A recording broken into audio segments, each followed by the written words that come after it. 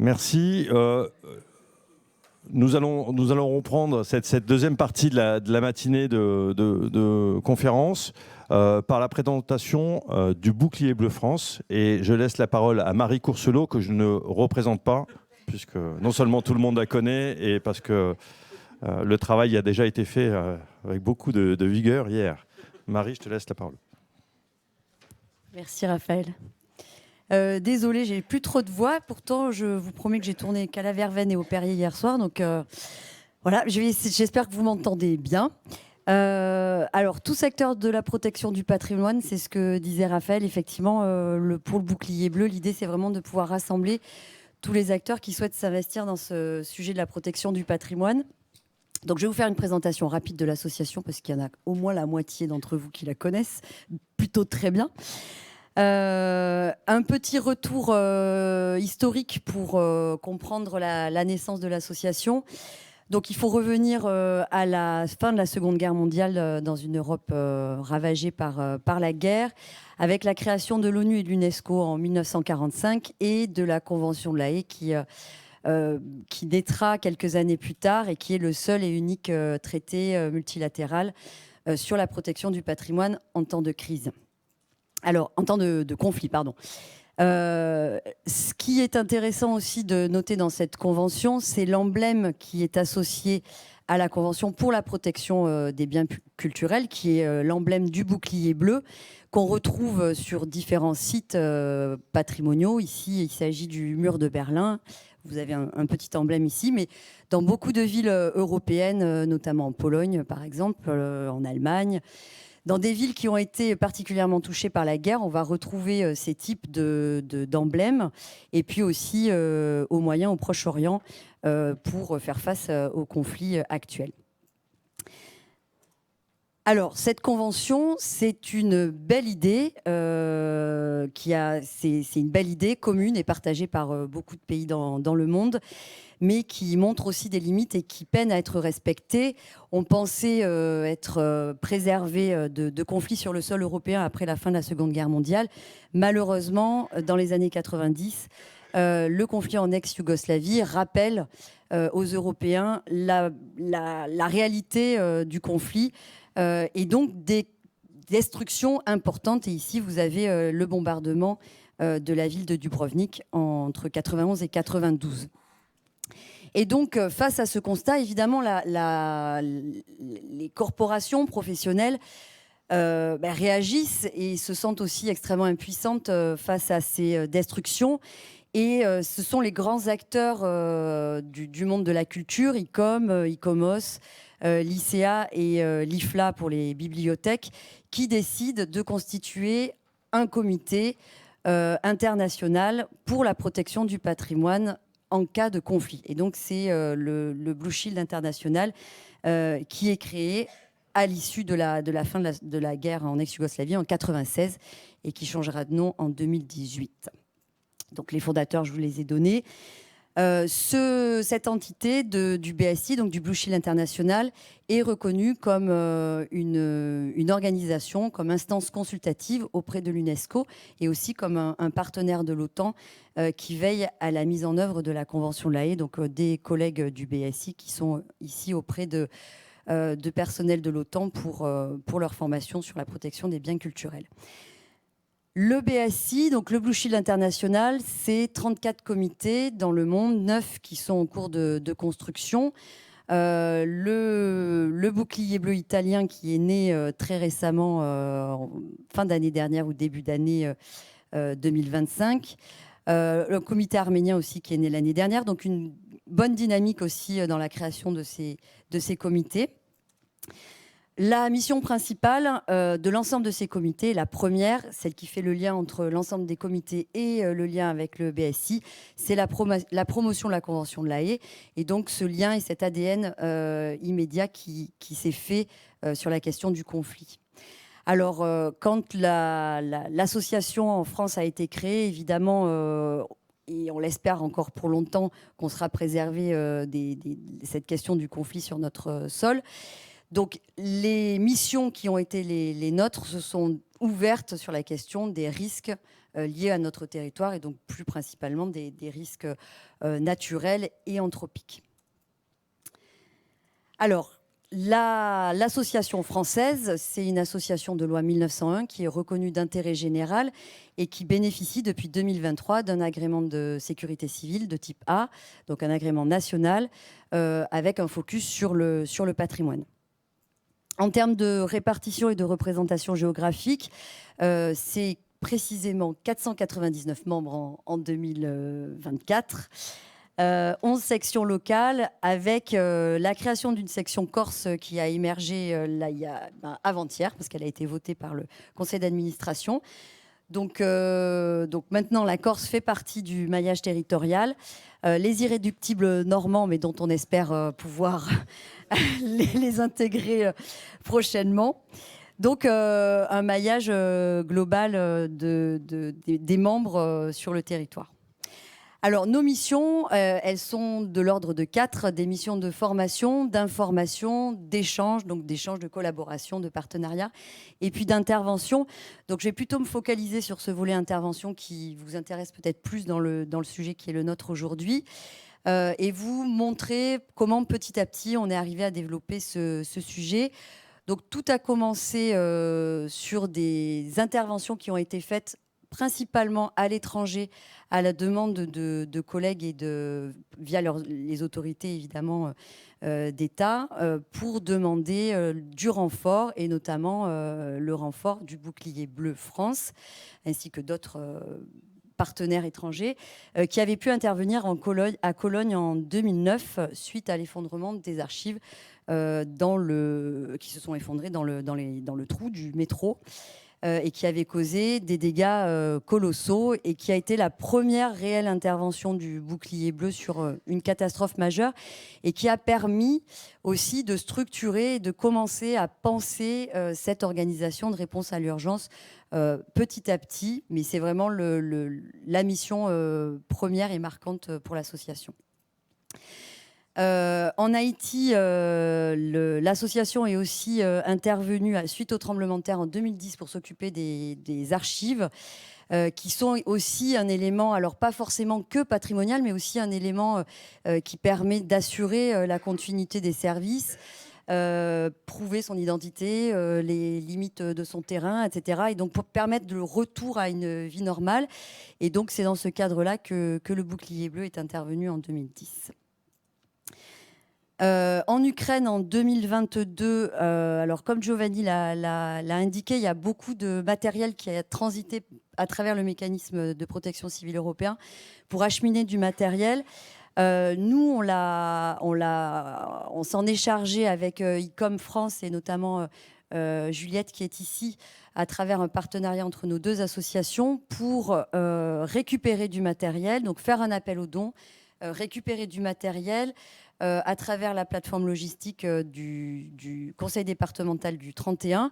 Et ça a permis d'acheminer 75 tonnes de matériel sous 5 convois. Et donc, vous voyez ici les collègues de Toulouse, Claire Léger et Hélène Gay, qui sont en train de récupérer ce matériel et de le préparer à l'acheminement. Après, en France, en 2023, donc après la signature de l'agrément, enfin l'obtention de l'agrément de sécurité civile, 2 interventions en 2023, une intervention pour l'église d'Ax-les-Thermes et une intervention à l'école française d'Extrême-Orient. Donc on est sur 2 sinistres différents, un incendie, une inondation. Et plus récemment, l'intervention à Mayotte en 2025 suite au cyclone Chido, qui a permis d'envoyer 2 équipiers dont un est ici présent, Emmanuel Latière, que vous pouvez évidemment aussi rencontrer pour avoir un peu plus d'infos, et qui a permis, donc là, cette mission, c'était une vraie mission encadrée et intégrée dans le processus de sécurité civile, étant donné que l'acheminement des équipiers et du matériel a été fait par le COGIC et avec une prise en charge sur site qui a permis l'intégration des actions du bouclier bleu directement dans ces process de sécurité civile. Donc c'était une mission d'évaluation et de mise en protection des collections. qui a duré 15 jours. La demande a été faite le 26 décembre 2024, donc autant vous dire que ça a posé quelques petits soucis de disponibilité pour l'ensemble des personnes. On était tous en train de digérer nos bûches de Noël. Le requérant, c'était le musée du MUMA. Donc, c'est le seul musée de France de l'île de Mayotte. Et donc, les besoins, c'était des besoins de personnes et de matériel. Donc, l'appel au don a été fait le 28 décembre 2024. Et donc, grâce à l'énergie de l'ensemble des membres de l'association, on a pu motiver le réseau, malgré cette période de fête et de congés, pour à la fois participer sur du don numéraire, mais aussi sur du don matériel, pour préparer ces dons et les acheminer ensuite à Mayotte. Donc en termes de chiffres, c'est 6 000 € en dons numéraires qui ont été récoltés et environ 33 000 € de matériel de toute nature qui ont été donnés par différentes entreprises pour être envoyés ensuite à Mayotte. Donc la plateforme logistique, c'est toujours le conseil départemental de Haute-Garonne qu'on remercie chaleureusement, et le COGIC pour la partie acheminement et déploiement sur site. Donc nous, la mission nous a coûté dans les 3 000 € et un reversement en cours pour le MUMA et les actions du MUMA qui va prochainement être envoyé pour le reste des dons collectés. Donc, je vous disais qu'un jour, nous, on est arrivé pas au début de la crise, enfin immédiatement après. On est arrivé 3 semaines après le cyclone, ce qui était plutôt bien parce que y avait les infrastructures qui étaient quand même réutilisables, on va dire. Il y avait de l'eau quand les équipiers sont revenus, l'électricité, en tout cas dans le centre dans lequel ils étaient hébergés. Et puis, alors, concours de circonstances, ils sont arrivés au moment où le deuxième cyclone arrivait, et ce qui a permis pour le musée de bénéficier de bras supplémentaires pour déjà protéger les collections qui étaient vulnérables suite au premier cyclone. Donc, cet envoi de matériel, il a été fait au milieu et au moment de leur mission aussi, ce qui a permis de faciliter la prise en charge et la logistique sur place. Donc, ces 14 palettes qui sont arrivées, à la fois pour le MUMA, mais aussi pour les archives départementales. Donc, les deux équipiers engagés, je vous en ai parlé, Emmanuel Latière, qui est capitaine du SDI 06, et Charlotte Geber, qui est équipière conservatrice, restauratrice d'objets ethnographiques. Et donc, l'intérêt de ce binôme, c'est que, vous voyez, on a un binôme pompier et un binôme culture. En particulier, la restauratrice était spécialisée sur les collections qui étaient concernées par le sinistre, donc avec une capacité de répondre à l'événement qui était efficace, intéressante et qui a bien marché pendant cette mission. Donc le bilan, c'est 437 objets qui ont été évalués ou mis en protection durant leur mission. Des opérations aussi de déblai qui ont été assurées par Emmanuel pour permettre au musée de repartir et de pouvoir se remettre en activité. La formation du personnel sur place pour lui permettre aussi de continuer dans la durée. Et donc, on a fait un petit webinaire il y a une semaine qui va être en ligne là, très prochainement sur notre chaîne YouTube, que vous pouvez consulter et qui vous donne tous les éléments en détail de cette mission. Donc le rapport final, c'est l'ensemble des objets qui ont pu être évalués, traités pendant la mission de nos deux équipiers.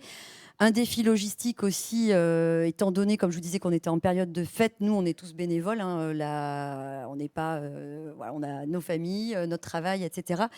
Donc c'était un gros défi logistique d'arriver à se mobiliser, récupérer tout ce matériel, l'envoyer et répondre à la temporalité du COGIC, où il faut quand même être en capacité de réagir assez rapidement. Donc ça, c'était la première chose, c'était un vrai défi logistique. Et puis après, sur le terrain, parce que les conditions étaient quand même difficiles pour nos équipiers, et puis évidemment pour le personnel du musée sur place. Donc voilà, c'était une belle mission qui s'est bien finie, et on était satisfait des résultats qu'elle a pu porter. Alors, rapidement, pour pouvoir vous donner quelques infos supplémentaires sur l'organisation et la structure du bouclier bleu. Donc, comme je vous le disais, on bénéficie d'agréments de sécurité civile depuis 2023 avec des conventions qui ont été signées avec le SDIS 09. C'était les premiers, les Ariégeois à avoir conventionné avec nous. Puis la BSPP, le SDIS 60, le SDIS 41 sur l'année 2024 et des projets de convention avec le SDIS 24, le 74, le 31, le 33, le 34 et le numéro complémentaire, le 76. Ainsi que le bataillon des marins-pompiers de Marseille. Voilà. Et puis des conventions qui ont été aussi signées avec la Croix-Rouge française et les délégations de protection civile au niveau du 60, de l'Oise et du Tarn. Alors, la réserve opérationnelle, elle est constituée d'un service de réponse à l'urgence qui est le chapeau en fait de cette réserve opérationnelle, la partie administrative de la réserve opérationnelle qui est composée d'un directeur, en l'occurrence d'une directrice de réponse à l'urgence, et de 2 administrateurs qui assurent l'encadrement de cette réserve opérationnelle, de 3 cadres opérationnels qui font le lien avec le service de réponse à l'urgence et les équipiers. 28 responsables opérationnels qu'on appelle les ROP, qui sont répartis sur l'ensemble du territoire national, et aujourd'hui 28 équipiers, donc qu'on peut qualifier de first aiders si on compare avec les méthodologies de nos collègues, et donc 30 autres personnes, voire 45, qui seront formées en 2025. Donc normalement, fin 2025, on devrait avoir une réserve d'environ d'une centaine de personnes et qu'on souhaite toujours pouvoir développer dans un futur proche. Donc les missions générales, c'est des missions de conseil, d'expertise en premier lieu, d'évaluation de dommages quand on est appelé à venir sur site, et puis ensuite de renfort capacitaire pour la mise en protection des collections si elles s'avèrent menacées, vulnérables, et toutes les autres missions qui relèvent de notre agrément. C'est une astreinte, donc avec un numéro d'urgence. L'astreinte aujourd'hui, c'est une astreinte de bureau, si je puis dire, enfin, de bureau un peu élargi, de 7h à 21h. Donc, quand on appelle, vous tombez sur un responsable opérationnel qui ensuite va évaluer la demande pour savoir si c'est juste du conseil ou si ça nécessite qu'une équipe et qu'une intervention se fasse sur place. Donc on est en train de réfléchir avec le service de réponse à l'urgence à étendre cette astreinte pour qu'on puisse avoir une astreinte H24. Donc voilà, ça c'est des sujets qui sont en cours et qui seront aussi étudiés et évalués en 2025. C'est aussi du matériel qui a été acquis l'année dernière et qui est stocké au sein de la BSPP, avec la possibilité aussi de réfléchir à mettre des lots boucliers bleus dans les berces. Et l'idée, c'est aussi de se dire que de mettre du matériel chez les SDIS avec lesquels on a conventionné pour qu'il y ait vraiment une suite logique à l'engagement qui s'engage entre le SDIS et le bouclier bleu dès lors qu'il y a une convention. Dans le cadre de ces conventions, il y a aussi les formations croisées. Donc nous, c'est ce qu'on fait aussi en formant les sapeurs-pompiers. Là, vous avez un exemple de formation qui s'était fait au GAS pour la formation des sapeurs-pompiers et avec les SDIS conventionnés. Et pas plus tard que la semaine dernière, il y a eu un exercice qui a été mené avec le SDIS 60, la protection civile et le bouclier bleu. Donc c'est aussi une manière de faire vivre ces conventions et de continuer, de s'entraîner, de partager aussi nos méthodes. La participation aux exercices, au rétex, donc ça c'est aussi les points qui font partie des conventions qui sont signées entre le SDIS et le bouclier bleu. Et puis évidemment des partenariats, un naturel avec Proculteur.net qui a permis aussi de développer tous ces sujets, avec ICOM, ICOMOS, et on souhaiterait aussi renforcer ces partenariats d'une manière pragmatique et pratique sur le terrain avec les SDIS et puis les associations comme l'AFPCNT dont vous parlera Virginie tout à l'heure et des projets qu'on a conduits ensemble, la Croix-Rouge et la protection civile. Si vous voulez en savoir plus, il y a quelques petits reportages qui ont été faits après les formations de responsables opérationnels au séminaire de Blois pour le séminaire InterSDIS, où vous retrouverez les informations et les actions sur le bouclier bleu. Je vous remercie de votre attention et si vous n'avez pas encore adhéré, c'est bien le moment de le faire. Bonne journée, merci.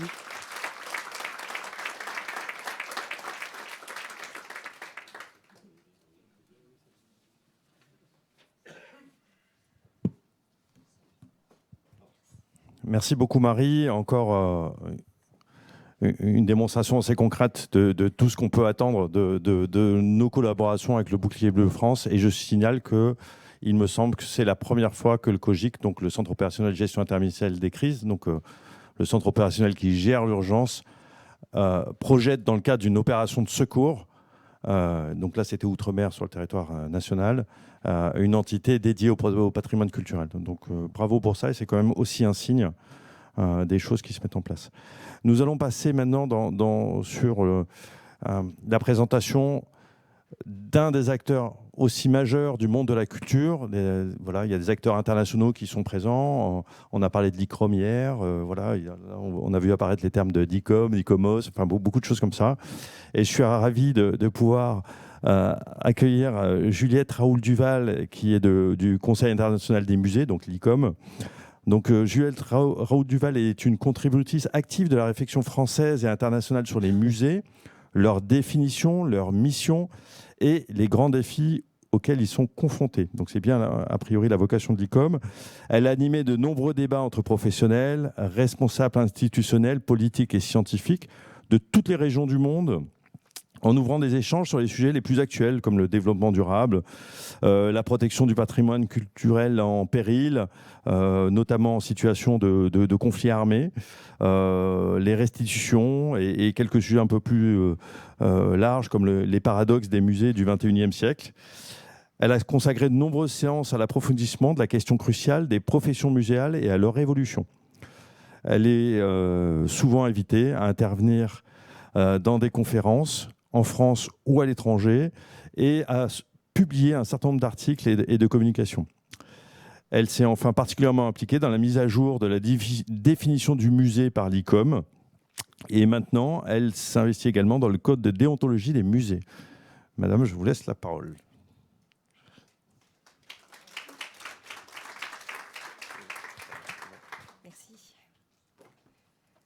Et je ne suis pas complètement hors sol, j'ai aussi travaillé dans des musées pendant 30 ans,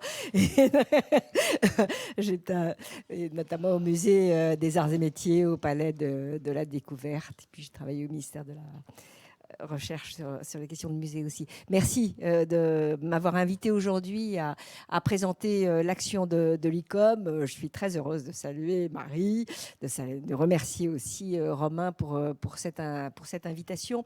Alors, je vais effectivement parler de l'ICOM. Comme ça ? Oui.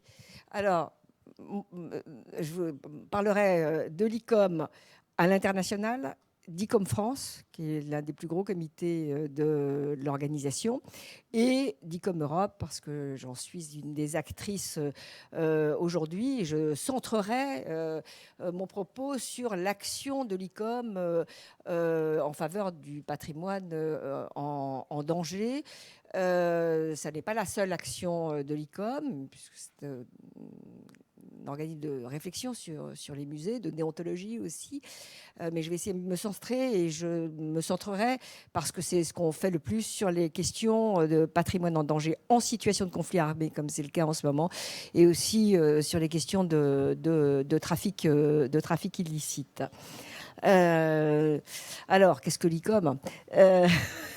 Je ne savais pas s'il fallait vraiment que je fasse un peu l'histoire de l'ICOM, mais je vois que dans tous les exposés que j'ai vus précédemment, finalement, l'ICOM n'est pas si souvent cité. Donc peut-être que je ne me répète pas et que vous ne connaissez pas si bien cette organisation. Donc je passe quelques temps à vous expliquer que l'ICOM a été créé comme Bouclier Bleu en 1946, c'est-à-dire juste à la sortie de la guerre, et que protéger le patrimoine, évidemment, est une des fonctions fondatrices de l'ICOM, même si, comme je le disais aujourd'hui, l'ICOM réfléchit sur des enjeux de musée beaucoup plus larges, notamment les questions de décolonisation, etc. On en reparlera peut-être tout à l'heure. C'est à Paris ici, au Louvre, en 1946, qui a été fondé l'ICOM. Alors, on n'en est pas peu fiers. L'acte de création a été signé entre un Français, Georges Salle, qui était directeur des musées de France, et un Américain, Joseph Hamlin, qui était président. Je crois que j'ai leurs photos quelque part. Voilà. Qui étaient tous les deux convaincus que les musées, parce qu'ils conservent des témoignages tangibles et incontestables, permettent à l'histoire de se dire, de s'écrire, de se transmettre, et que cela pouvait contribuer à installer une paix durable. Juste à ce moment-là, je cite le président de l'ICOM fêtant les 75 ans de l'ICOM, fêté aussi au Louvre. Le monde était détruit, nos fondateurs ont fait face aux ruines, aux désastres, à la douleur de la Seconde Guerre mondiale. Dans ce contexte, ils ont pensé que la culture était le meilleur moyen de s'améliorer, de comprendre le passé. Je crois que c'est un propos d'une très très grande actualité. Je reviens un tout petit peu en arrière. Donc il y a 75 ans, il y a France et Amérique qui créent l'ICOM, puis très vite, un an après, 14 comités nationaux fondateurs, Australie, Belgique, Brésil, Canada, Tchécoslovaquie, Danemark, enfin je vous les ai mis, France, Pays-Bas, etc. Et un an encore après, on est passé à 26 fondateurs, dont des régions du monde que l'on n'attend pas forcément parmi les premiers fondateurs, Cuba, Haïti, l'Irak, le Pérou, les Philippines, etc. Je dis cela pour vous montrer la très grande envergure de l'ICOM. Aujourd'hui, donc presque 80 ans, 79 ans après sa création. C'est une association, c'est une organisation non gouvernementale qui établit des normes professionnelles et éthiques pour les activités des musées. Elle est composée aujourd'hui de 57 208 membres, je donne les chiffres les plus actualisés, qui sont dans 129 pays, donc on est passé de 14 à 129 en 80 ans, et qui agit au travers de comités nationaux, 120 comités nationaux, c'est-à-dire à peu près autant qu'il y a de pays. Chaque pays a un comité national, c'est assez logique. De 34 comités internationaux, les comités internationaux étant des sortes de think tanks qui regroupent des professionnels de musées du monde entier, s'ils le souhaitent, bien sûr, sur des thématiques particulières. J'en donne 2 ou 3 exemples. Il y a un comité international pour les musées résilients aux catastrophes, donc c'est très important pour vous de le savoir. Un comité international sur la formation des professionnels de musées, un comité international sur les dilemmes éthiques, un comité international sur les musées scientifiques et techniques. Donc j'ai été longtemps vice-présidente au titre du musée des arts et métiers, et une série de comités internationaux. Et puis il y a aussi des agences, des alliances régionales qui sont aujourd'hui au nombre de 8, une de plus que sur le slide que je vous indique aujourd'hui. La dernière créée étant l'ICOM Afrique, qui a été créée en juillet 2024, et ICOM Europe, dont je suis aujourd'hui ici la représentante. Et on a également 21 organisations qui sont des organisations affiliées. Qui sont les 57 000 membres de l'ICOM? Ce sont des professionnels de musée. C'est même un critère pour être membre de l'ICOM. Il faut être un professionnel de musée. On dit même, mais on est un peu fiers, que c'est la plus grande organisation professionnelle au monde. Tous les professionnels de musée peuvent être membres, mais que les professionnels de musée. Mais vous voyez, et tous ces professionnels de musée ont une espèce de culture commune, une bible commune, qui est le code de déontologie de l'ICOM, qui a été rédigé pour la première fois en 86, qui est en cours de révision, j'y reviendrai au cours de mon propos si c'est pas trop long, et qui est traduit en 38 langues, et que chacun des membres s'engage à respecter. Lorsqu'il adhère, donc tout adhérent respecte le code de déontologie de l'ICOM.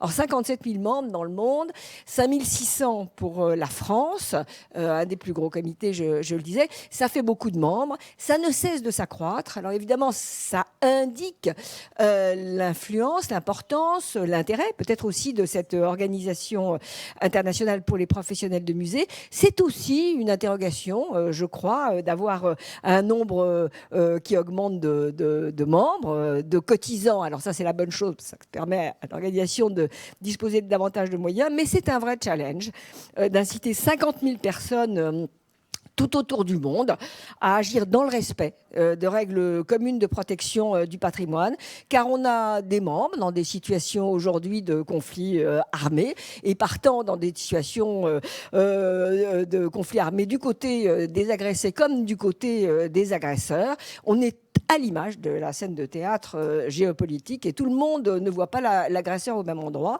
Je le dis parce que je crois que c'est important de le dire. Pour l'heure, moi, je me propose de vous décrire l'action de l'organisation, en particulier en matière de protection du patrimoine en situation de catastrophe. Et je tiens à saluer tout de suite Sophie Delepierre, qui est la chef à l'international du département de protection du patrimoine, et qui aurait pu faire cette intervention à ma place de façon peut-être encore plus intéressante. Et puis je vais évoquer ce qu'on y fait à l'international, puisqu'on a fait ICOM France, et enfin ce qu'on fait à ICOM Europe. Donc ICOM international, je retourne là-dessous. Excusez-moi. Voilà. Voilà. Je vais vous donner... Ah, j'ai fait une petite fausse manœuvre.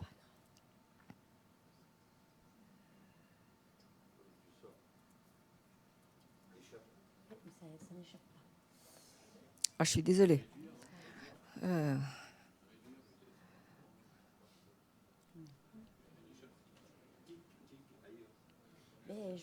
Bravo. Voilà, donc je vais vous parler des outils, je vais essayer de ne pas refaire la même chose, des outils opérationnels de l'ICOM international en matière de protection du patrimoine, et je vais en détailler 4 ou 5 parmi de nombreux outils qui me semblent les plus importants.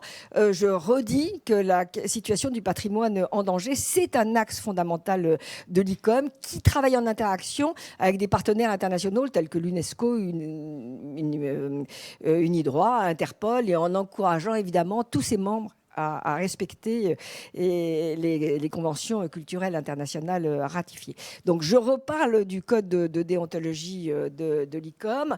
Je vous l'ai dit, 38 langues, c'est traduit, outil majeur pour les professionnels de musée dans le monde entier, traduit en 38 langues. Il a déjà été actualisé 2 fois depuis son ouverture en 1986. Il est en cours d'actualisation, et il rappelle à tous ses membres que les musées assurent la protection du patrimoine naturel et culturel de l'humanité, et que les autorités de tutelle ont pour obligation première de protéger et promouvoir ce code. C'est donc à la fois une loi pour les membres qui s'engagent à le suivre, mais c'est aussi un levier pour eux pour agir sur leurs autorités si par hasard elles l'enfreignent. Je crois que c'est un élément important à dire. Deuxième outil important, l'Observatoire international du trafic illicite des biens culturels, qui est un outil qui a été lancé en janvier 2013 à l'initiative de l'ICOM. C'est une plateforme en fait de coopération internationale destinée à produire et à partager des informations dans la lutte contre le trafic illicite. Il fédère des expertises, il publie des articles de chercheurs et de professionnels de musées du patrimoine, de conseillers juridiques, de journalistes, avec comme principal objectif d'expliquer la nature du commerce d'antiquités, les sources du trafic et des solutions à disposition. Comme je vous le disais, je parlerai beaucoup des aspects du patrimoine en danger du fait de pratiques et de trafic illicites. Alors, deuxième outil connu de l'ICOM, important de l'ICOM, c'est ce qu'on appelle les listes rouges des objets culturels en danger. Ce sont vraiment des outils de prévention. C'est un recensement préventif des biens qui sont les plus menacés, car ils sont les plus prisés par les pilleurs. Il y a des listes rouges dans les pays les plus exposés qui sont publiées dans beaucoup de langues et qui sont accessibles gratuitement. Vous pouvez les consulter sur le site de l'ICOM pour en prendre connaissance. Il y en a aujourd'hui 20 qui concernent 59 pays et qui ont pour but vraiment d'aider les individus et les autorités, la police, l'administration des douanes à identifier identifier des objets qui sont en danger et d'empêcher qu'ils soient vendus. Ça contribue, comme parmi les modèles de réussite, ça contribue à l'identification, à la récupération de milliers d'objets culturels. On cite souvent le fait qu'il y a eu des milliers d'objets culturels d'Irak, d'Afghanistan, du Mali qui ont ainsi pu être protégés. C'est un outil à laquelle toute personne peut participer. Et je cite le dernier en date qui vient d'être édité, qui est la liste rouge des biens culturels menacés en Grèce. La Grèce étant évidemment une cible très vulnérable, étant donné la très grande richesse de son patrimoine culturel.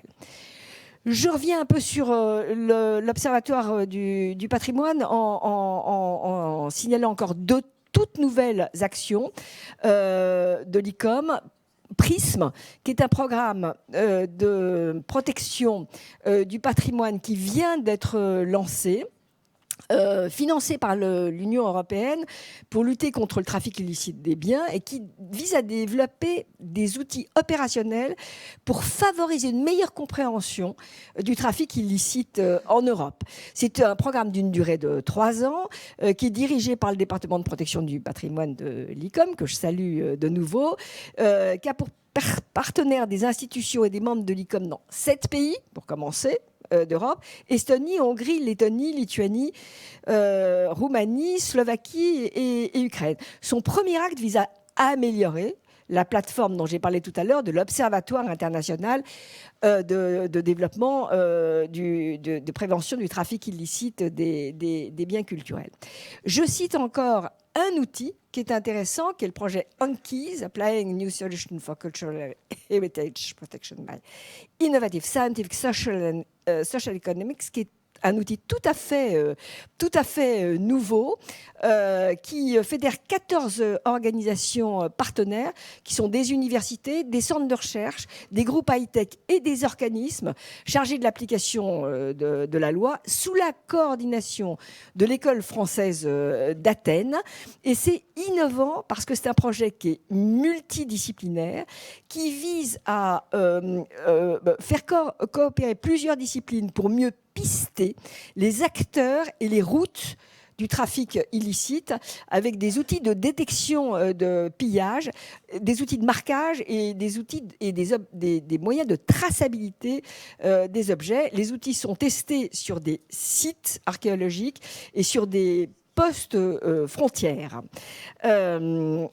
Voilà les outils principaux que je voulais vous présenter. Si ma collègue Sophie Delepierre parlait à ma place ici, je suis sûre qu'elle ne manquerait pas de vous dire que le principal outil de prévention des risques dans les musées, c'est évidemment tous ces outils qu'on met en place, mais c'est d'avoir un inventaire des objets. D'avoir un bon inventaire, c'est vraiment la première manière de protéger son patrimoine. Alors ça semble ici, dans cette salle, une évidence.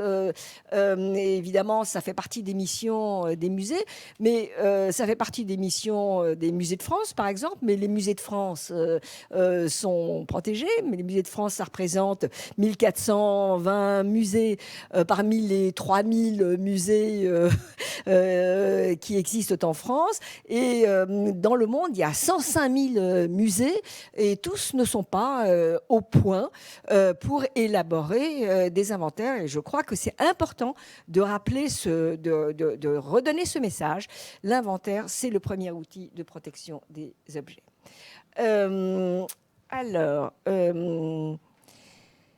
Je voulais aussi dire un dernier petit mot sur l'ICOM. Elle est présente, comme vous le voyez, avec des outils précis, mais elle est aussi présente sur la scène internationale comme un forum d'experts, l'ICOM, et qui a une capacité, par le nombre de ses membres, d'influencer la réflexion collective et la réflexion des États sur la protection du patrimoine. Deuxième partie de mon topo qui est peut-être un petit peu trop long, je vais vous parler d'ICOM France. Donc ICOM France, l'un des 129 comités internationaux de l'ICOM, 5600 membres, dont 500 institutions. J'en parle avec joie et bonheur parce que j'en ai été présidente pendant de nombreuses années.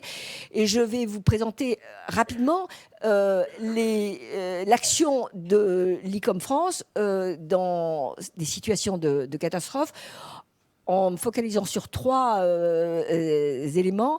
D'abord, ce qu'on a fait, on est en situation de crise sanitaire, ensuite en situation de conflit armé, et ensuite en prévention des risques climatiques. Je parlais de la crise sanitaire. Ce dont je veux parler, c'est de ce qu'on a fait à ICOM France pendant le Covid. Je crois qu'on a mis en place un dispositif qui, à l'époque, semblait assez innovant parce qu'on n'avait pas les outils formidables, les Zoom, les moyens de se connecter. On a immédiatement, de manière extrêmement active, réussi à mettre en lien énormément de nos membres en communiquant avec eux d'abord par voie d'email et en instaurant des rendez-vous avec les membres isolés, avec les membres tétanisés, sidérés chez eux, qui ont eu la possibilité de se connecter tous ensemble. On a été submergés très vite par le nombre de connexions et d'échanger, d'essayer de se demander ce qu'ils pouvaient faire pour protéger leurs œuvres, pour rester actifs. Et on a été, je crois, assez finalement innovant dans cette mise en réseau de professionnels, dans cette capacité de les faire échanger des bonnes pratiques sur une manière d'agir, et en intervenant aussi en matière de questions de ressources humaines, parce qu'on ne savait pas qui avait le droit de rester chez soi, qui avait le droit de bouger, qui avait le droit d'aller protéger ses collections. Donc je voulais, il me reste 5 minutes, donc je me dépêche. Deuxième action, conflit armé, comme Marie en a parlé, je ne vais pas revenir trop sur ce sujet, mais au moment de la déclaration de la guerre par la Russie à l'Ukraine, on a là aussi réagi extrêmement rapidement en mettant en place un dispositif de communication entre nos membres, auquel a participé le bouclier bleu. Et là aussi, je crois qu'on peut dire qu'on a été étonné par l'extrême réactivité des professionnels de musée. Sur le site sur lequel on a ouvert un débat avec nos collègues d'Ukraine, on a eu des centaines de personnes qui se sont connectées. Nos collègues d'Ukraine, à qui on a dit « mais de quoi avez-vous besoin ?», ont été extrêmement précises, ce sont des femmes plutôt, en nous disant on a besoin de matériel pour protéger nos objets. On n'a pas besoin de compassion, on a besoin que vous nous envoyiez des caisses, des couvertures, de quoi numériser nos collections, etc. Et dans un temps absolument record, plus de 40 musées en France se sont manifestés en disant on fait des dons, et on envoie tout ce qu'il faut envoyer. Et j'allais citer de manière assez exemplaire le transporteur Chenu, qui m'a appelé aussi tout de suite en disant moi je vous mets mes camions à disposition et mes hangars à disposition pour stocker des matériels et surtout pour les transporter en Ukraine. Parce que qu'est-ce qu'on aurait fait si on avait eu 75 tonnes de matériel entre les pattes ? Et il fallait pouvoir les transporter. Et je veux juste insister sur cette coopération, parce que ce qui a fait la force, qui fait notre force, c'est la coopération entre des acteurs associatifs très réactifs, entre des acteurs publics qui évidemment nous soutiennent, entre des acteurs privés comme des transporteurs ou comme on en a trouvé en Pologne. C'est cette coopération qui a fait la force de la capacité d'intervention, et c'est ça la force d'une organisation non gouvernementale, je crois, c'est de mobiliser ces réseaux-là. J'insiste pas trop, mais encore une fois, on a transporter 75 tonnes de matériel, je crois que c'était pas mal. Je vous donne une photo là aussi, vous en avez déjà vu. Et ensuite, sur ICOM France, très mobilisé sur les risques climatiques, ça c'est un véritable risque, avec une capacité à mobiliser les professionnels de musée, essentiellement dans des débats, mais aussi en étant force de proposition dans un certain nombre de réponses à des appels d'offres qui sont lancés pour essayer de trouver des réponses concrètes à la question de la manière dont les musées peuvent se mobiliser face à toutes les formes de risques climatiques. Puisque je dois aller vite, je montrais aussi nos réactions en solidarité au patrimoine menacé dans des sites tout autour de nous. Je citais la Syrie et je citais le Liban. On est des forces de solidarité importantes. j'en termine avec ce qui m'est très cher en ce moment, que fait ICOM Europe. ICOM Europe, c'est un réseau. C'est un réseau avec 37 membres qui sont des comités nationaux dans la zone de l'Europe au sens du Conseil de l'Europe. On est 37 États membres d'ICOM Europe. Et notre mode d'intervention est un mode d'intervention de mise en réseau et de mise en communication. Je rappelle pas ce qu'on a fait pour l'Ukraine parce qu'on en a beaucoup parlé, mais comme Europe s'est beaucoup mobilisé en soutien aux professionnels de l'Ukraine et s'est exprimé très fortement pour demander que la reconnaissance de la situation d'agression de l'Ukraine soit faite au niveau de notre organisation internationale. On se mobilise également au travers de débats sur des questions sensibles dans les musées. Au Portugal, on a monté l'année dernière un colloque sur... alors, c'était l'occasion du 50e anniversaire de la révolution des œillets au Portugal. Je dis musée et démocratie, c'était plutôt prise de conscience que les musées sont des lieux qui ont une capacité de sensibiliser les publics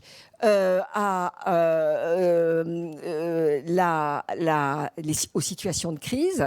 Et la discussion qu'on a eue au Portugal partait du principe que les musées sont reconnus comme étant parmi les institutions les plus crédibles. Ce qu'on dit dans un musée, les visiteurs le croient. Un musée est quelque part un peu à mi-chemin entre une institution scientifique qui fait d'ailleurs un travail de recherche sur ses collections et qui est garant du discours qu'il tient auprès de ses publics. Et cela lui confère une responsabilité particulière pour faire réfléchir les citoyens qui viennent dans les musées et leur faire toucher du doigt ce que sont les situations, notamment de fragilité du patrimoine. C'est ça qu'on a fait quand on était en Ukraine. On a fait un très important colloque il y a quelques semaines, quelques mois en Géorgie. La Géorgie est un pays, comme vous le savez, très concerné aujourd'hui par la situation de risque d'agression et de risque de conflit armé. On est resté une semaine en Géorgie, Bouclier Bleu était là, avec 3 jours de formation professionnelle et 2 jours de débat, plus de 10 nationalités représentées pour essayer de trouver des solutions concrètes pour protéger le patrimoine dans ces situations-là. Et puis, on soutient en juin prochain, vous pouvez peut-être y venir, la tenue à Paris d'un colloque international sur la responsabilité des musées face à la protection de la mémoire et de la transmission de faits historiques réels et non pas fake. Vous pourrez y participer si vous le voulez. Je veux aussi citer un programme auquel ICOM Europe est associé qui s'appelle ECOS, qui est un énorme programme européen, j'en finis, qui réunit plus de 50 partenaires et qui vise à mettre en réseau toutes les organisations qui gèrent du patrimoine pour créer un cloud international d'organisations qui gèrent du patrimoine. On en est au départ, vous en entendrez reparler. Et puis, je vous parlerai une prochaine fois de ce que nous allons faire à Abu Dhabi en novembre prochain. Pardonnez-moi d'avoir été trop longue. Juste une conclusion. Juste les musées. Que peuvent les musées? On est 105 000 dans le monde. On est reconnu pour notre crédibilité. On est relié au sein d'une organisation professionnelle influente. Et on est là pour coopérer tous ensemble. Merci de votre attention. Pardon d'avoir été trop longue. Merci madame, c'était parfait. On aurait pu vous écouter effectivement beaucoup plus longtemps. On retient quand même l'utilité de cette présentation parce qu'effectivement, on avait tous besoin d'avoir un éclairage plus précis sur ce qu'était l'ICOM et son organisation, ses missions, ses outils. Donc on vous remercie pour ça et on retient également la force du réseau qui fait qu'aujourd'hui, dans tous nos territoires, on sait qu'il y a des adhérents de l'ICOM dans tous nos musées, et c'est également quelque chose qui nous éclaire. Je vous propose de passer à la dernière présentation, une présentation qui entre également en résonance avec un certain nombre de sujets qu'on a abordés ce matin, puisqu'on parle de risques, on parle d'aléas, on parle de cibles. Donc, il y a évidemment cette notion de réponse de la planification par rapport à tout ce qui est question de prévention des risques. Et on va aborder ce que fait l'Association française pour la prévention des catastrophes naturelles et technologiques. Et nous allons recevoir Virginie Perroma. Elle est historienne et archéologue. Elle a complété sa formation en École nationale d'architecture pour devenir ingénieure généraliste en protection du patrimoine bâti face aux risques naturels. Depuis plus de 20 ans, elle s'est investie sur la question de la prévention des risques majeurs. Son engagement associatif fait partie intégrante de son identité pour ce qui relève de l'éducation. Donc, elle est formatrice en risques majeurs et en éducation. Sur ce qui relève du patrimoine culturel, où elle est très active avec le Bouclier Bleu France, et de la mémoire, l'histoire et la résilience. Elle est convaincue de la richesse et de la puissance de l'approche disciplinaire. Elle œuvre pour mettre en exergue l'intelligence collective, clé de l'adaptabilité face aux enjeux actuels. Et voilà, et donc c'est avec enthousiasme et détermination qu'elle œuvre au quotidien afin de participer à l'objectif national, tous résilients face aux risques. Donc, Madame Perroma, je vous laisse la parole. Et certains la connaissent parce qu'elle est déjà intervenue dans d'autres colloques.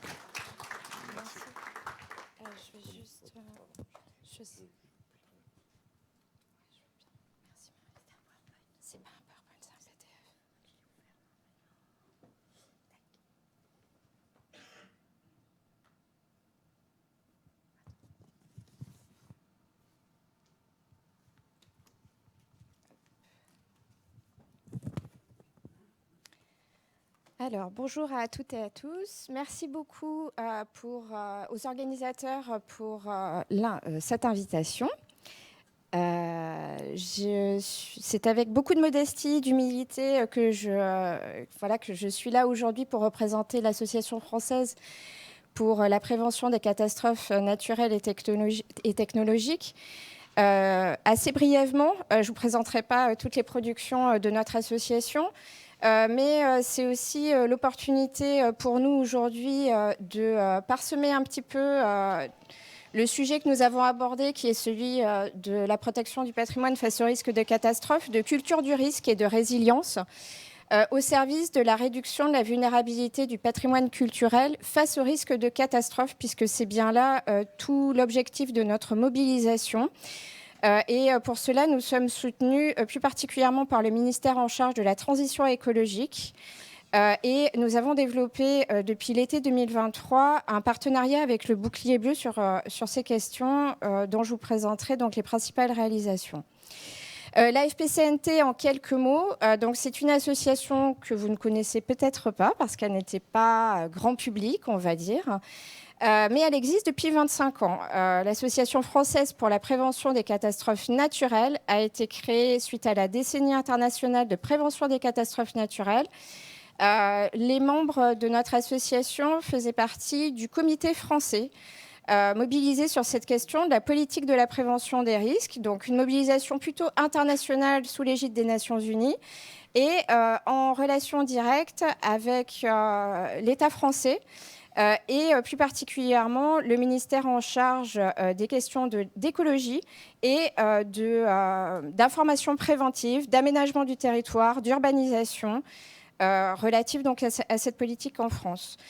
Donc ce cercle d'experts est mobilisé depuis 25 ans maintenant, s'est enrichi progressivement. Et s'investit toujours sur des missions de réflexion, de représentation auprès d'instances nationales, comme par exemple la commission mixte inondation, rédige aussi des rapports scientifiques et a toujours une représentation à l'international sur la politique de prévention des risques naturels et maintenant technologiques.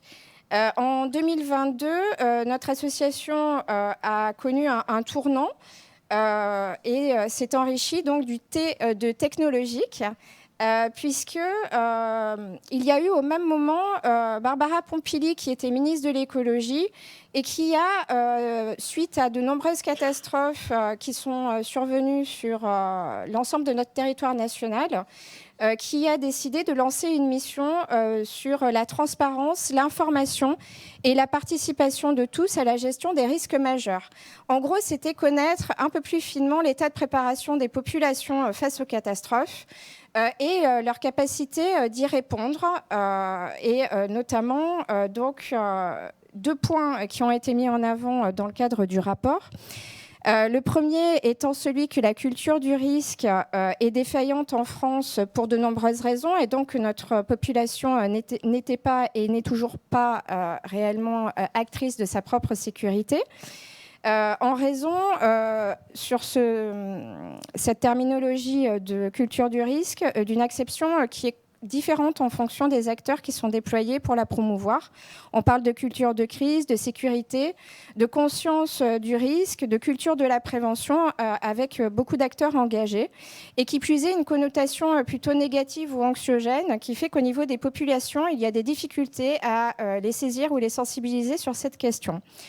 Le deuxième point principal qui a été souligné dans ce rapport, c'est que de nombreux acteurs existent et sont mobilisés au national pour sensibiliser différents types de cibles, mais que sans coordination plus importante, la cible de sensibilisation et de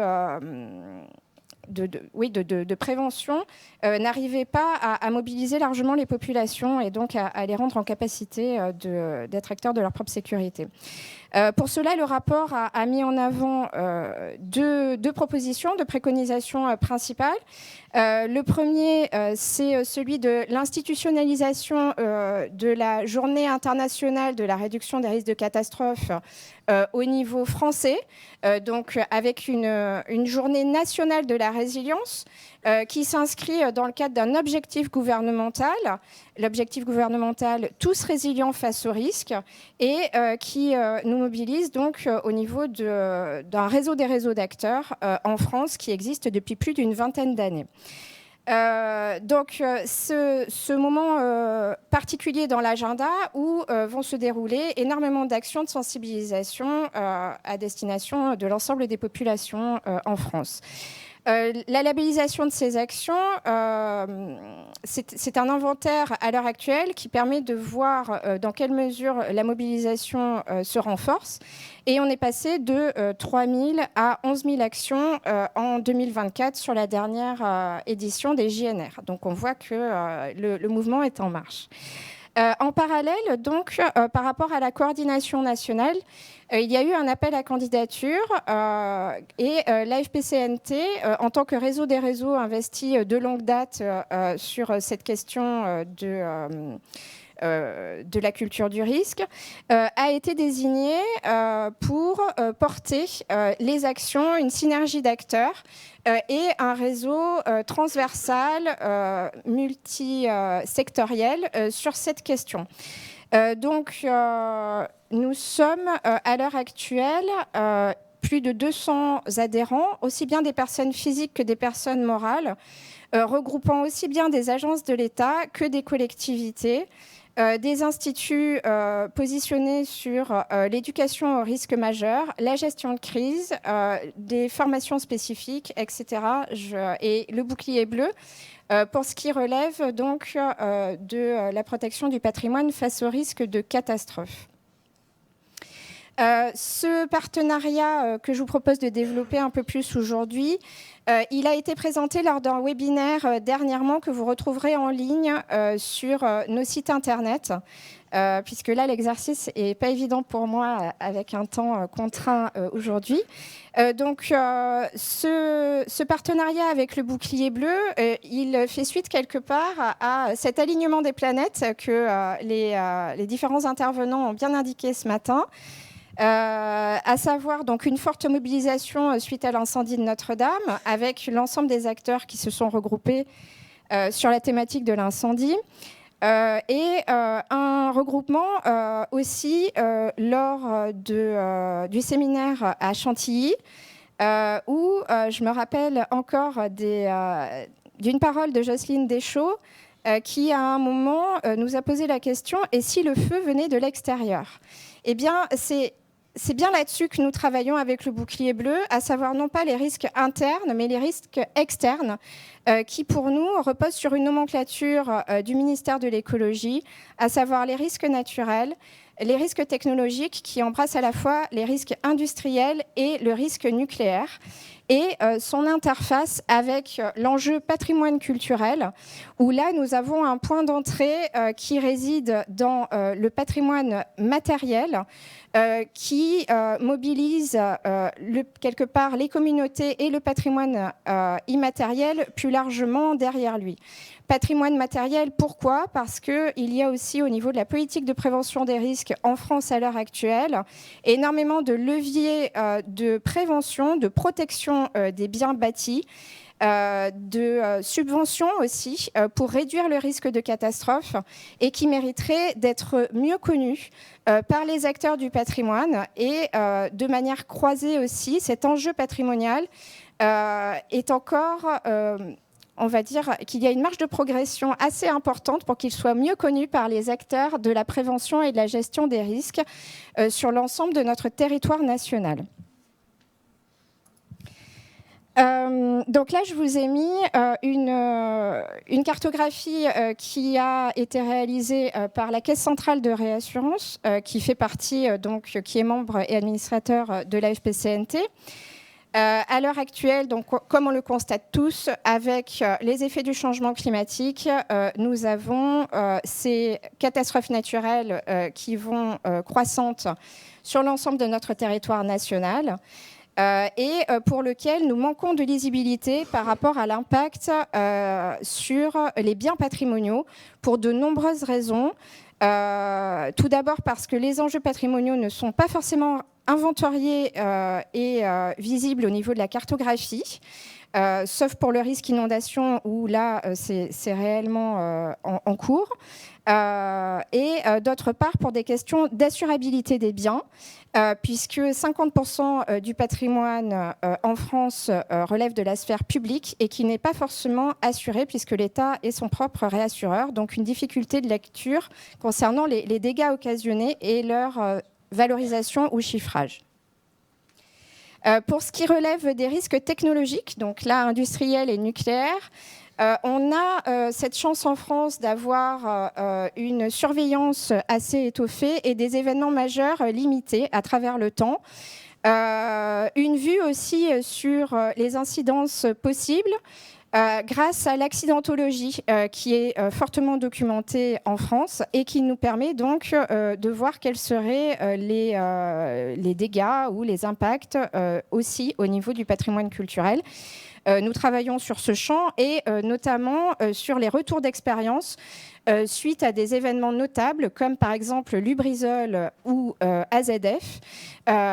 Au niveau du patrimoine culturel, on a certains experts qui ont été mobilisés ou qui peuvent en témoigner, mais pas réellement d'études ou de rétex complets qui nous permettraient de valoriser cela pour le porter à connaissance plus largement et du coup nous préparer aussi collectivement sur l'enjeu patrimonial et le risque technologique. Donc nous nous retrouvons ensemble entre associations agréées sécurité civile et associations non agréées avec toutes nos forces et nos complémentarités. Donc au niveau du bouclier bleu, je ne les rappellerai pas, Marie l'a très bien fait et puis vous connaissez bien cette association.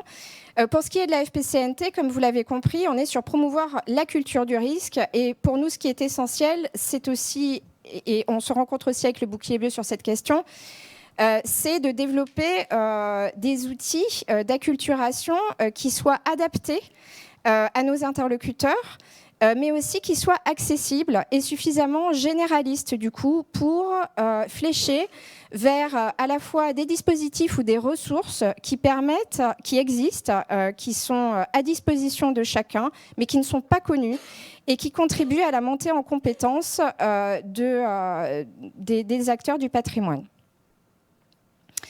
Donc, pour cela, l'objectif, c'est de faire culture du risque et de la résilience vivante et incarnée.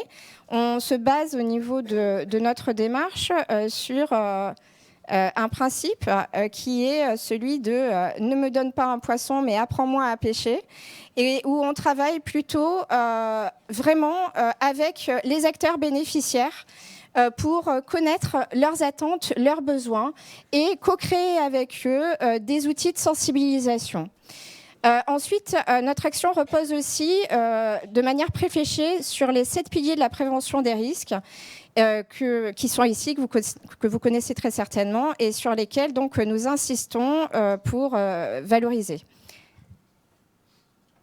Alors, notre groupe de travail, il est en constante progression, avec la mobilisation de membres au niveau du bouclier bleu, la mobilisation de membres au niveau de la FPCNT. J'en profite pour adresser un grand merci donc, à Alain Chevalier, à Philippe Garnier qui est architecte et membre de la FPCNT, donc Alain Chevalier en tant que membre de la FPCNT, hein, je tiens à le souligner aussi. Et aussi Patrice Dalem donc, qui m'accompagne plus particulièrement depuis quelques mois. Donc, ce groupe de travail, eh bien, comme vous l'avez souligné tous, on n'a pas forcément le même langage. Quand on parle de sinistre, quand on parle de risque, en fait, on ne parle pas de la même chose. Donc, il nous faut nous rencontrer pour nous connaître, cerner la problématique qui est peu développée, qui est celle des risques naturels et technologiques et du patrimoine, donc des risques dits exogènes pour les acteurs du patrimoine.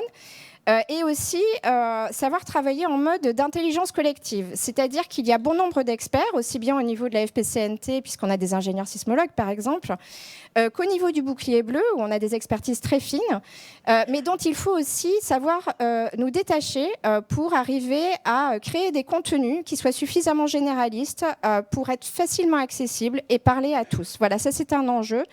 Et c'est quelque part un petit peu de ma responsabilité de coordonner tout ça. Donc, au démarrage de notre partenariat, on a cherché à établir un point zéro qui est actuellement en cours de finalisation. Ce point zéro, ça a été tout d'abord de nous tourner vers les acteurs du patrimoine pour mieux les connaître et établir quelque part une sorte de profil type au niveau de la sphère publique et de la sphère privée, puisque c'est 50-50 au niveau des biens patrimoniaux dans la gestion.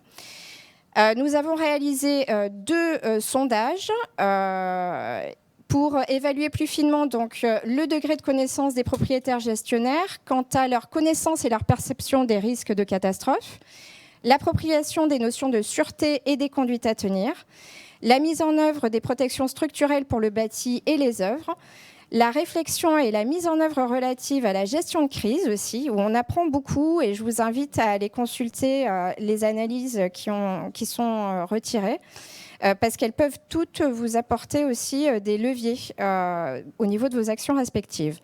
Et aussi sur l'action en continu et son amélioration au sein des établissements, notamment la mise en place de rétex ou pas dans les pratiques. Donc tout ceci pour déterminer des leviers d'acculturation à notre niveau et créer les outils à venir.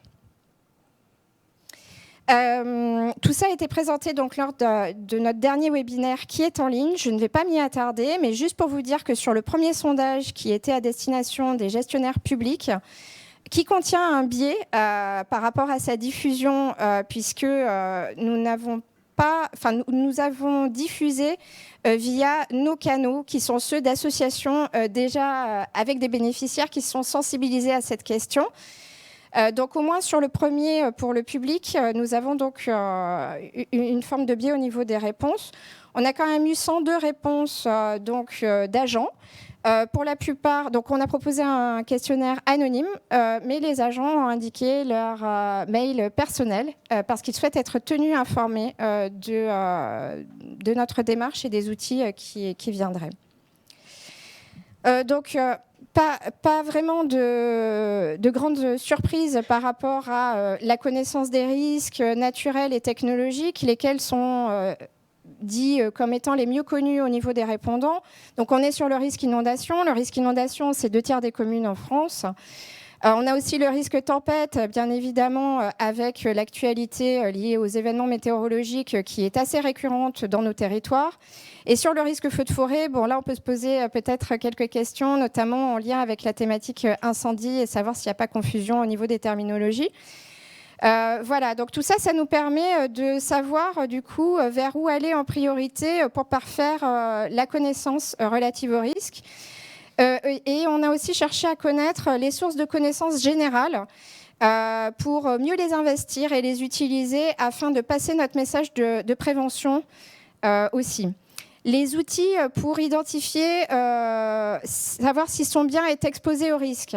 Donc là, il est aussi question de savoir comment est-ce que les gestionnaires savent qu'ils sont en zone à risque. Et pour info, il y en a 66% qui n'avaient pas vécu une catastrophe. Donc, on n'a pas d'antécédents. Donc là, on a l'information préventive à travers notre portail Géorisque qui fonctionne assez bien, mais qui mériterait d'être mieux connu encore. Les documents d'information préventive au niveau départemental et communaux qui sont aussi assez bien connus. Et puis d'autres via la formation, notamment au plan de sauvegarde, qui permet d'accroître ses connaissances en la matière. La perception des risques majeurs et du changement climatique, en fait, à l'heure actuelle, on a un sentiment de préoccupation qui est assez élevé. Ceci alors que les répondants n'ont pas été touchés par des catastrophes. Une préoccupation élevée et aussi un lien avec les opérateurs de gestion de crise qui ressort au niveau de l'écosystème autour d'eux et donc une utilité aussi à mobiliser les autres partenaires, les autres représentants des services de l'État davantage sur les questions de prévention et de protection, c'est-à-dire sur l'avant, sur l'anticipation et la réduction du risque de vulnérabilité à travers les travaux de protection et de prévention. Voilà, là je passerai assez vite. Vous avez les conclusions de ce sondage qui sont sur nos sites internet. Au niveau de l'état de l'art que nous avons souhaité intégrer dans ce point zéro de notre démarche, nous avons travaillé avec Mylène Florentin et Stéphanie Liques l'année dernière sur la réalisation d'une synthèse bibliographique et webographique qui porte sur cette problématique spécifique du patrimoine culturel et des risques naturels et technologiques dans le contexte de changement climatique. Ça nous permet d'avoir une référence de 600 ouvrages ou études.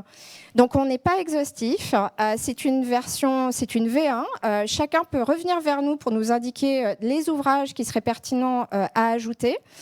Ils nous permettent de voir quelque part quels sont les domaines qui mériteraient d'être creusés, notamment en termes de recherche sur ce sujet. On a aussi réalisé une note de synthèse sur cette même problématique, où là, on a croisé politique de la culture et politique de l'écologie pour savoir quelles étaient la prise en compte croisée de l'enjeu culturel, enfin l'enjeu patrimoine culturel dans la politique de prévention à ce jour en France. Et inversement, comment, au niveau de la politique du ministère de la Culture, on intégrait cette question, la prévention des risques naturels et technologiques. Donc, je vous invite à lire cette note de synthèse ou bien à aller voir la présentation qui a été réalisée en 30 minutes par ASK et moi, voilà, dernièrement. Enfin, nous travaillons actuellement pour mettre en avant les bonnes pratiques et les retours d'expérience sur des événements de grande ampleur qui auraient touché des biens patrimoniaux. Donc là, nous réalisons des fiches actions par type d'aléa qu'on a intitulées Patrimoine résilient. Donc c'est une sorte de photo d'identité d'un bien culturel qui a été soumis à un événement extrême. À l'heure actuelle, on a un premier lot de fiches sur les risques inondation, submersion, risques industriels avec AZF. On a aussi le risque séisme avec un retour sur le séisme de l'Alaigne, donc en Charente-Maritime. Comment est-ce que ça s'est passé Déjà, au niveau contextuel, savoir si les gestionnaires savaient qu'ils étaient en zone à risque ou pas. La manière dont ils ont vécu, dont l'établissement a vécu, quels ont été les dommages lors de l'événement. Et enfin, quelles sont les actions qui ont été entreprises, tout en précisant les freins et les leviers. Les freins parce que ça permet aux institutions de les identifier et donc éventuellement de travailler dessus, ce que nous faisons aussi dans le cadre de groupes de travail, puisque nous avons un groupe de travail Build Back Better qui travaille aussi là-dessus. Les leviers, c'est important à souligner parce que bonne pratique qui permet d'aller plus vite dans le temps et d'identifier des solutions pour les gestionnaires. Voilà, donc là, je vous ai mis un exemple de fiche où on remercie infiniment les responsables d'établissement qui ont bien voulu témoigner parce que ça n'est pas facile. De se relever d'une catastrophe et ça n'est pas facile non plus alors qu'on est souvent dans des litiges, dans des difficultés pour réouvrir plusieurs années après. Et donc, vraiment un grand merci à ces institutions qui ont bien voulu et qui voudront bien par la suite aussi nous ouvrir leurs portes pour communiquer sur cette question. Pour finir, au niveau des perspectives, donc nous sommes en train de finaliser les analyses du sondage auprès des propriétaires privés avec l'association La Demeure Historique, où là, nous sommes allés au plus proche des propriétaires privés. Les résultats à ce jour sont en toute vraisemblance alignés avec les niveaux de connaissance et de conscience du risque des citoyens. Et pour cela, je vous engage à aller voir le sondage IFOP-AFP-CNT sur la perception des risques par les citoyens et de la résilience aussi, donc, qui a été réalisé en 2024. On devrait sortir cette infographie et ce bilan sur le deuxième sondage prochainement. Ensuite, donc, je vous invite à aller visiter notre page web qui présente notre groupe de travail. Éventuellement à nous rejoindre si vous le souhaitez. On travaille avec différentes institutions, des acteurs qui sont aussi bien au niveau national qu'au niveau territorial. On se nourrit de l'ensemble des cerveaux disponibles sur ce sujet. Voilà, je vous remercie beaucoup.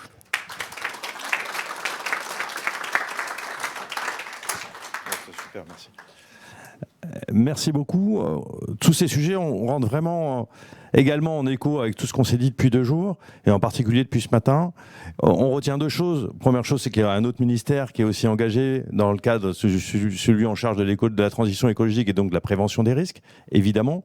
Et c'est rassurant de se dire qu'aussi il sait s'appuyer sur des ressources rares, que ce sont ces associations, cette capacité d'analyse complémentaire. Je crois que la note de synthèse, on a tous intérêt à aller la lire, puisqu'in fine, on est tous un peu concernés. Je parle en particulier des services d'incendie de secours et des gens qui sont en lien avec les préfectures. Ça fait écho à tous les travaux des DDRM, des dossiers de définition des risques majeurs départementaux. Ça fait écho aux problématiques de PPR, les PPRI, PPRT qui vont être mis en place. Ça fait également écho aux nécessités pour les communes de travailler sur leur PCS, leur plan de communauté de sauvegarde. Et là, la capacité à avoir une lisibilité assez précise des aléas auxquels on peut être confronté reste quand même une des bases initiales de l'analyse de tout ce qu'on peut faire après. Donc merci infiniment. Et puis on retient encore sur toutes les présentations qui nous ont été faites sur les capacités des uns et des autres à former, à sensibiliser et à mettre à disposition de la documentation partagée. Voilà. Donc ça, c'est quand même un grand point clé. Merci à tous. On a pris du temps parce que tout était passionnant, parce que tout était intéressant. On aurait peut-être le temps pour une question, mais vraiment par principe, pour pas clore comme ça et pas laisser la parole à Romain tout de suite. Mais est-ce que si vraiment il y a une question urgente, brûlante, sinon, je vous propose, voilà, de prendre le temps de profiter de tout ce qu'on a entendu sur ces 2 jours, et je laisse la parole à Romain pour conclure. Merci.